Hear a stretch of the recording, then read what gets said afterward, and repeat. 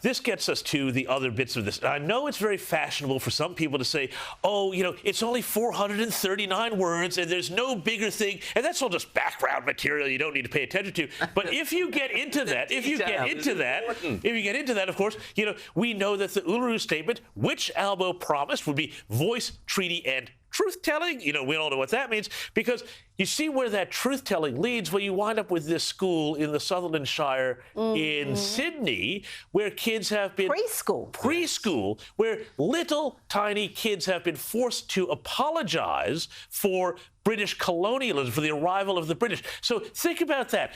If you vote yes to The Voice, you are going to be voting yes to all sorts of changes to society, including, I am sure, even more changes to the curriculum to make sure that kids, from the very moment they set foot across that gate, are told that modern Australia is illegitimate, that it suffers from the original sin of white racism and colonialism. It is just like the 1619 Project was in the New York Times in America, which has gone and completely distorted American history in schools across the country. This is exactly what is coming here. This is why The Voice is about so much more than just those flowery 439 words of motherhood statements. It is so much more than James, that instance of the kids in the Shire, and who knows how many schools, how many kindergartens, how many preschools, kids are being forced to do this sort of stuff. It is child abuse. Make absolutely no mistake. Oh, it's happening. This is intellectual child abuse of the worst